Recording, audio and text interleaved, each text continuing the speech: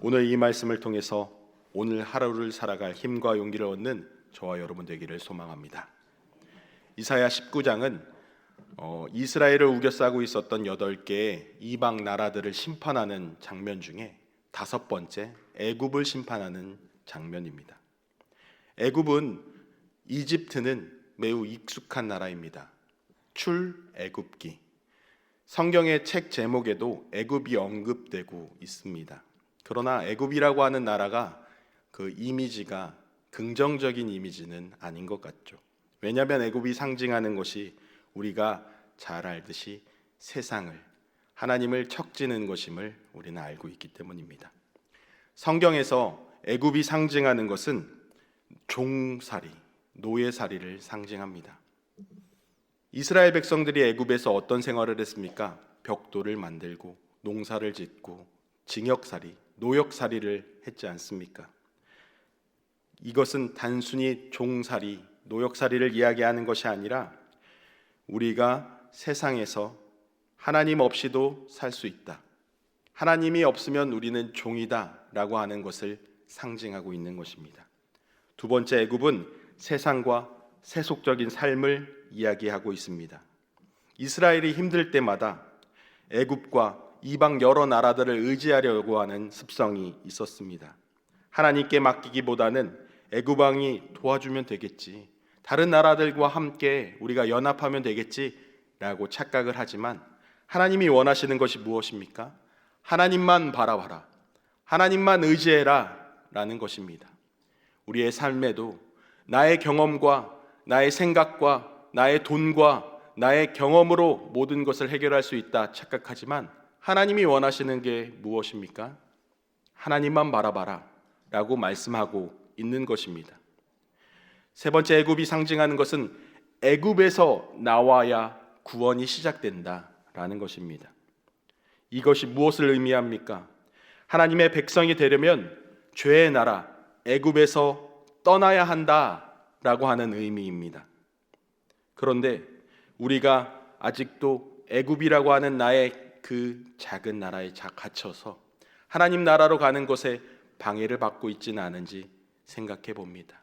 나의 애굽, 나의 경험, 나의 사업, 나의 건강, 내가 원하는 무언가를 정해놓고 그것만은 하나님 안 됩니다 라고 하고 있지는 않은지 그마저도 하나님께 내어놓는 우리가 되기를 소망합니다. 마지막으로 애굽은 유혹과 타락의 장소입니다. 이스라엘이 광야에서 힘들어지니까 이스라엘 백성들은 애굽에 종살이했던 그때를 추억합니다. 그때는 마늘도 먹고 부추도 먹고 고기도 먹었는데, 그러면서 그 죄악의 땅을 추억하며 그때가 좋았지라고 회상합니다. 그 곳이 어디입니까? 종살이했던 그곳입니다. 하나님과 단절되었던 그곳입니다. 우리도 하나님을 믿으며 고난이 오고 힘듦이 왔을 때 그 애굽의 땅을 추억하고 있지는 않은지 생각해 봅니다. 그때가 좋았는데, 하나님 믿을 때보다 그때가 재밌었는데 라고 하며 그때를 추억하고 있습니까? 그렇지 않습니다.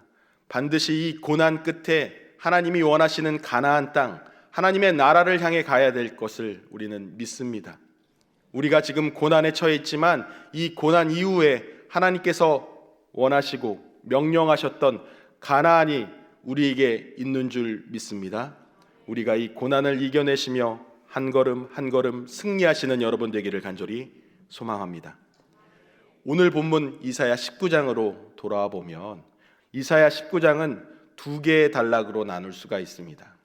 1절에서 15절까지 하나님께서는 애굽의 모든 백성들과 그들의 신을 진멸할 것이다 라고 경고하시는 장면이고요. 두 번째 단락은 16절에서 마지막 25절까지의 장면입니다. 이집트의 사람들을 구원하시며 그리고 그들을 사랑하겠다라고 회복시키시는 장면입니다. 첫 번째 단락의 1절에서 4절은 사회적인 붕괴를 또한 이야기하고 있는데 1절과 2절의 말씀을 우리 함께 읽을까요? 시작. 애굽에 관한 경고라. 보라, 여호와께서 빠른 구름을 타고 애굽에 임하시리니 애굽의 우상들이 그 앞에 떨겠고 애굽인의 마음이 그 속에서 녹으리로다. 내가 애굽인을 격동하여 애굽인을 치리니 그들이 각기 형제를 치며 각기 이웃을 칠 것이요 성읍이 성읍을 치며 나라가 나라를 칠 것이며. 하나님의 애굽을 심판하기 위해서 빠른 구름을 타고 이동하신다라고 이야기합니다. 신속한 하나님의 뜻이 이루어질 것이다 라고 하는 뜻이죠. 하나님의 임재 앞에서 애굽의 우상들은 자신의 거짓된 정체가 드러날 것이고 나라가 국가가 내란과 혼란에 빠질 것이다 라고 2절에 말씀하고 있습니다. 실제로 애굽은 장기간 내란에 시달렸습니다. 내란은 동족 상잔의 비극을 의미합니다. 동족 상잔의 비극은 하나님의 섭리가 담겨 있습니다. 우리가 큰 것이 무너지기 전에 작은 것들이 무너지는 징조들이 있습니다. 우리는 그 징조들을 알아차려야 합니다. 나라가 혼란에 빠지기 전에 우리 가정이 먼저 혼란하고 우리 가정이 먼저 무너지는 그런 일들이 생기는 것이죠. 가정이 파괴된다는 것을 방관하면 머지않아 사회 전체도 무너지게 된다라고 하는 것입니다. 우리가 그러므로 우리는 사회에서 가장 작은 단위인 가정이 파괴되는 것을 막고 그리고 위기의식을 갖고 대처해야 된다라는 것이죠. 무엇을 이야기합니까? 통치의 주권이 하나님께 있음을 우리는 알아야 합니다. 이는 어느 나라든 통치의 주권이 하나님의 있음을 우리에게 선명하게 보여주시는 말씀입니다. 왕을 세우신 이도 왕을 끌어내리시는 이도 하나님이십니다. 지금처럼 혼란한 이때에 우리가 어떻게 해야겠습니까? 왕을 세우신 이도 하나님이시고 끌어내리신 이도 하나님이시기에 하나님께 우리가 예배하며 나아가는 우리들 되기를 간절히 소망합니다. 어리석은 사람은 권력욕에 사로잡혀서 이 사실을 망각하곤 합니다. 그 예가 사울 왕이죠.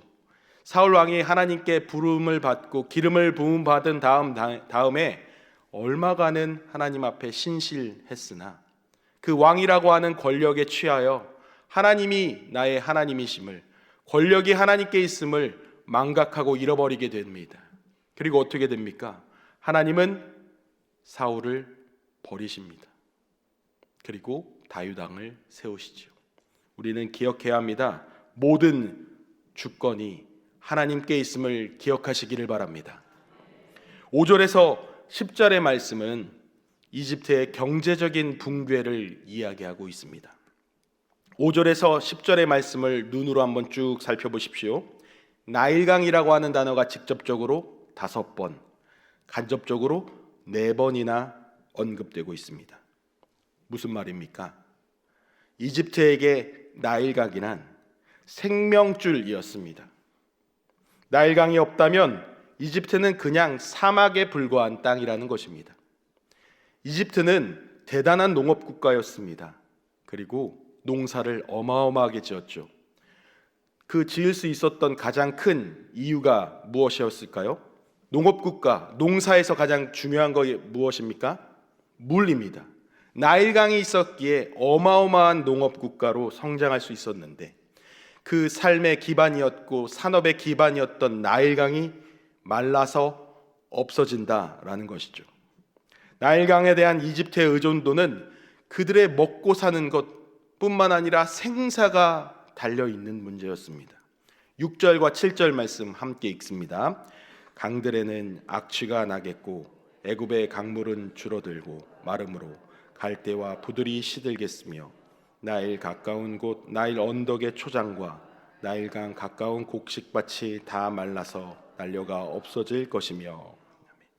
하나님은 나일강 물을 말리고 바다도 없애겠다라고 경고하십니다. 강과 바다가 마르면 이집트 백성들은 살 길이 막막해지는 것이지요. 나일의 언덕의 초장과 곡식도 말라버립니다.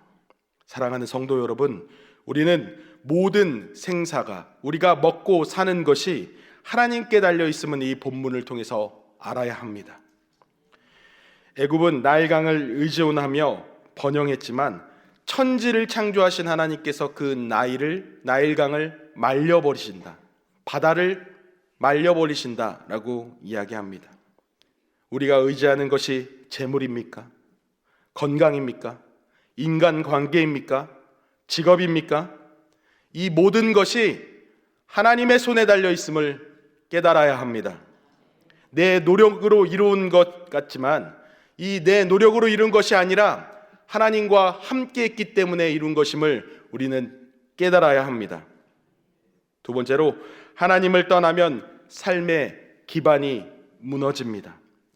애굽이 의지하던 나일강이 마르자 모든 경제가 스톱되었습니다. 산업이 무너졌습니다. 생계가 파괴되었습니다. 이는 하나님 없는 삶은 결국 무너질 수밖에 없다라는 것을 보여줍니다. 우리가 하나님을 떠나면 삶의 기둥이 흔들리고 진정한 평안과 안녕이 없어지는 것입니다. 시편 127편 1절의 말씀인데요, 우리 함께 같이 읽겠습니다. 시작. 여호와께서 집을 세우지 아니하시면 세우는 자의 수고가 헛되며 여호와께서 성을 지키지 아니하시면 파수꾼의 깨어 있음이 헛되도다. 아멘. 내 삶에서 하나님을 잊고 세상적인 돈과 명예와 성공을 의지하고 있진 않는지, 하나님보다는 그곳에 더 관심이 있진 않은지 우리의 모습을 살펴보기를 원합니다. 하나님 중심의 삶을 살아야 모든 것이 흔들리지 않고 유지될 수 있는 것입니다. 이렇게 하나님께서는 이집트에게 수많은 시련과 고통을 주셨지만 하나님은 애굽에게 은혜를 주셔서 참 회개로 돌아오는 애굽에게 회복을 예언하셨습니다. 19절의 말씀인데요, 함께 읽습니다. 그날에 애굽 땅 중앙에 여호와를 위하여 제단이 있고 그 변경에는 여호와를 위하여 기둥이 있을 것이며. 아멘. 아브라함도 하나님을 위해서 제단을 쌓았습니다. 야곱도 하나님을 위하여 제단을 쌓았습니다. 이와 같이 이집트도 회개하는 마음으로 하나님께 감사의 제단을 쌓았다라는 것을 볼 수 있습니다. 제단은 예배하는 장소입니다. 제단은 하나님을 만나는 장소입니다. 하나님과 나 사이를, 하나님과 이스라엘을 회복시키는 상징이라고 볼 수가 있는 것이죠. 즉 감사의 제단은 관계의 회복과 연결되어 있는 것입니다. 이집트 백성들이 쌓아 올린 중앙의 제단은 여호와 하나님과의 관계를 회복하는 것이며, 그리고 그것을 감사함으로 제물을 올려드렸다라는 것을 우리는 볼 수 있습니다. 또한 여호와를 위한 기둥이 있었다라고 이야기하죠. 이것은 여호와의 거처를 상징합니다. 야곱이 베델에서 하나님을 보고 세운 이 기둥은 엘 베델이었습니다. 하나님을 위한 기둥이었습니다. 우리도 엘 베델의 신앙이 회복되기를 소망합니다. 무너진 예배의 자리가 회복되기를 소망합니다. 무너진 기도의 자리를 회복하시기를 바랍니다. 20절의 말씀엔 그 회복의 말씀을 더욱더 선명하게 보여주시는데 함께 읽습니다.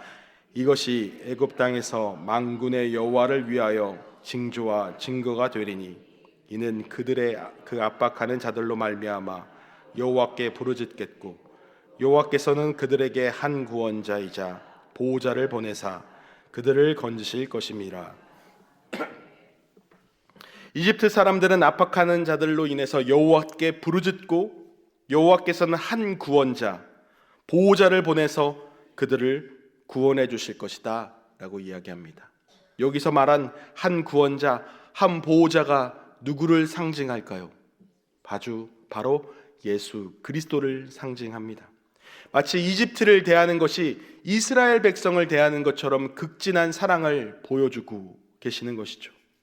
하나님께서는 심판하신 이유는 애굽을 완전히 멸망시키시기 위함이 아니라 회개하고 하나님께 돌아오게 하기 위함이었음을 우리는 볼 수 있는 것이죠. 애굽이 하나님의 심판을 경험한 후에 여호와께 부르짖고 구원을 받으며 하나님께 돌아오게 된다라고 하는 사실을 보여줍니다. 애굽 한가운데 여호와의 제단이 세워지고 하나님을 예배하는 곳이 될 것이시다. 즉 이방 민족도 하나님을 섬기는 백성이 될 것이다 라는 것을 보여준다라는 것이죠. 구약에서 이스라엘 백성은 하나님의 백성이었습니다. 그리고 나머지 백성들은 외인이었죠. 그러나 애굽이 하나님을 경배하게 된다, 하나님을 회개하고 돌아오게 된다라고 하는 것은 이방 민족도 구원받을 수 있다라고 하는 강력한 예언입니다. 이는 신약에서 예수님을 통해서 유대인과 이방인이 하나가 되어 복음의 확장을 보여주는 예언의 성취인 것이죠. 이것은 우리가 이방 민족으로 예수님을 알고 지금 이 시간 마음껏 하나님을 예배하고 찬양하고 기도할 수 있는 그 예표가 되는 본문인 것입니다. 오늘 이렇게 우리가 예배할 수 있는 것, 우리가 이렇게 하나님을 찬양할 수 있는 것은 바로 하나님의 은혜입니다. 21절과 22절의 말씀 함께 읽어 내려갑니다.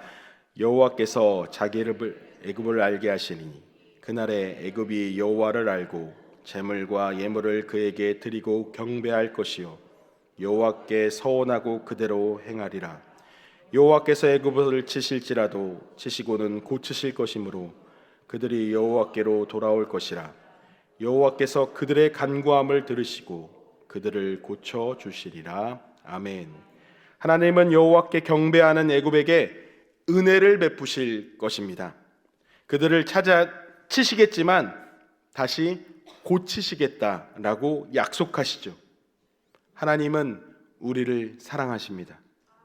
우리를 쳐서라도, 우리를 심판하셔서라도 그 이후에 은혜를 베푸시기 위함임을 우리는 알아야 합니다. 지금 우린 나라적으로 엄청난 혼란과 고난을 겪고 있습니다. 지금처럼 혼란의 시대에 우리는 어떻게 해야 할까요? 더 하나님께 의지하며 하나님께 기도하는 우리가 되기를 간절히 소망합니다. 고난은 이미 주님의 은혜로 점점 사그러져 가고 있습니다. 하나님이 우리에게 주시려는 것은 멸망이 아니라 생명입니다. 그래서 징계 중에도 하나님의 은혜를 준비하고 계심을 우리는 알아야 합니다. 우리를 살리시려는 하나님의 은혜입니다.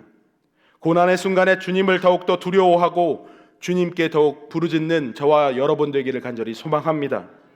그리고 주님을 더욱더 뜨겁게 예배하는 우리가 됩시다.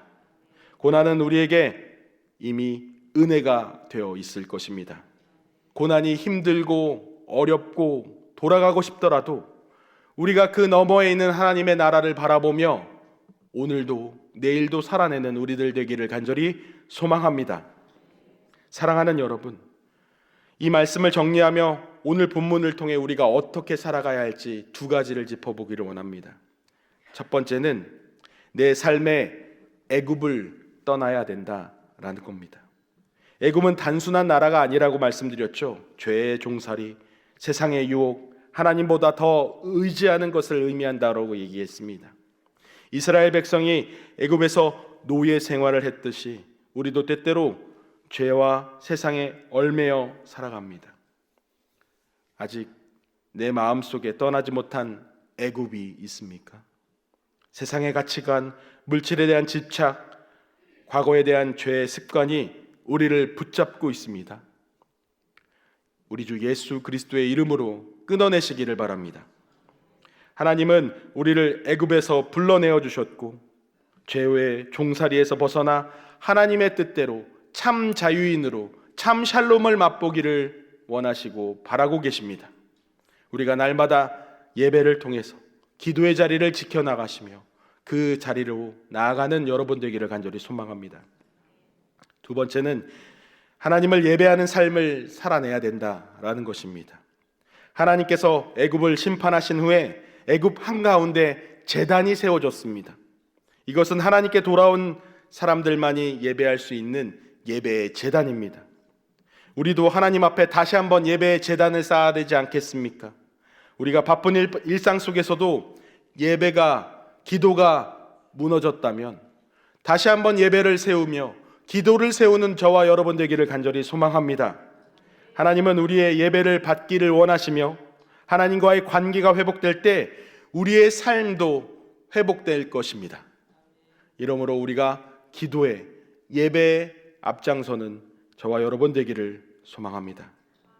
사랑하는 성도 여러분, 우리는 하나님의 백성이며 하나님의 나라를 향해 나아가는 순례자들입니다. 내 삶의 애굽을 떠납시다. 고난 속에서도 하나님만을 바라봅시다. 하나님을 예배하는 우리들 되어야 합니다. 이것이 하나님께서 우리에게 원하시는 삶이며 하나님께서 온전히 나아가야 하는 믿음의 여정이 될 것입니다. 오늘 함께 기도하면 좋겠는데요. 내 삶의 애굽을 떠나고 하나님만 의지하는 믿음을 갖게 해달라고 이 시간 기도하시고요. 두 번째는 어려운 환경 속에서도 하나님을 바라보며 예배를 회복하게 하시고 기도의 자리를 회복하게 하시고 광야 같은 순간에도 낙심하지 말고 하나님만을 신뢰하게 하소서 기도했으면 좋겠습니다. 마지막으로 태국 선교를 하고 있는 우리 100여 명의 청소년팀, 청년부팀, 요셉팀이 있습니다. 하나님께서 돌봐주시고 그곳에 뿌려지는 복음의 씨앗들이 열매 맺을 수 있도록 이 시간 한번 주여 한번 부르며 기도하며 나아가도록 합니다. 주여! 하나님 아버지, 이 시간 나만의 애굽 속에 갇혀 하나님 묶여서 종살이하고 있는 우리들의 모습이 보입니다. 하나님 우리를 긍휼히 여기시사 하나님 아버지 우리를 불쌍히 여기시사 우리를 구원하여 내시고 오직 하나님만을 바라보며 나아갈 수 있게 인도하여 주시옵소서. 세상의 유혹과 죄의 종살이에 벗어나 하나님께로 온전히 돌아가게 할 수 있도록 주님 안에 어떠한 상황 속에서 하나님을 최우선으로 신뢰하는 우리들 될 수 있도록 주님 인도하여 주시옵소서. 어려운 삶 속에서도 하나님을 바라보며 예배를 회복하게 하시고 삶의 광야 같은 순간에도 낙심하지 말고 끝까지 하나님을 신뢰할 수 있도록 주님 인도하여 주시옵소서. 기도와 예배를 통해서 하나님과의 관계를 더욱더 깊이 회복하는 우리들 될 수 있도록 인도하여 주시옵소서. 이 땅 대한민국 불쌍히 여기사 주님 하나님이 평안과 정의와 공의를 실현시켜 주시고 하나님 아버지 하루 속히 이 땅에 주님 하나님 아버지께서 원하시는 공의와 정의가 흐를 수 있도록 주님 인도하여 주시옵소서. 이럴수록 하나님 우리가 기도와 예배에 정진하게 하시고 하나님과의 관계를 더욱더 회복하는 우리들 될 수 있도록 주여 인도하며 깨어서 우리 이 땅 대한민국을 위해 기도하는 우리들 될 수 있도록 인도하여 주시옵소서. 하나님 태국 선교를 하고 있는 100여 명의 우리 성도들, 청소년들, 청년부들, 요셉팀 주님께서 함께하여 주시고 눈동자처럼 보호하여 주시사 하나님 그곳에서 사역하는 모든 일들이 하나님 결실을 맺게 하시며 주님 하나님 아버지께서 원하시는 그 선한 사역의 방향대로 갈 수 있도록 주님 인도하여 주시고 모든 안전을 지켜 주시옵소서. 주님 인도하여 주시옵소서. 사랑하는 아버지 하나님, 오늘 말씀을 통해 우리가 애굽을 떠나야 함을, 내 안에 애굽에서 벗어나야 함을 가르쳐 주셨습니다. 혹시라도 우리가 세상의 방식과 유혹을 더 의지하고 있다면 주님께 돌이키게 하시고 하나님만 신뢰하게 하여 주시옵소서. 광야와 같은 삶 속에서도 믿음을 끝까지 견디며 주님이 예비하신 가나안으로 하나님 나라로 들어가게 하여 주시옵소서. 무너진 예배의 자리를 다시 회복하게 하시고 매일 하나님 앞에 나아가 기도와 찬양으로 주님을 높이는 삶이 되게 하여 주시옵소서. 주님이 우리의 주인이십니다. 주님이 우리의 주인이십니다. 우리의 삶을 다스려 주시고 하나님께 영광 돌리는 인생 되게 하여 주시옵소서. 예수님의 이름으로 기도드립니다. 아멘. 주여,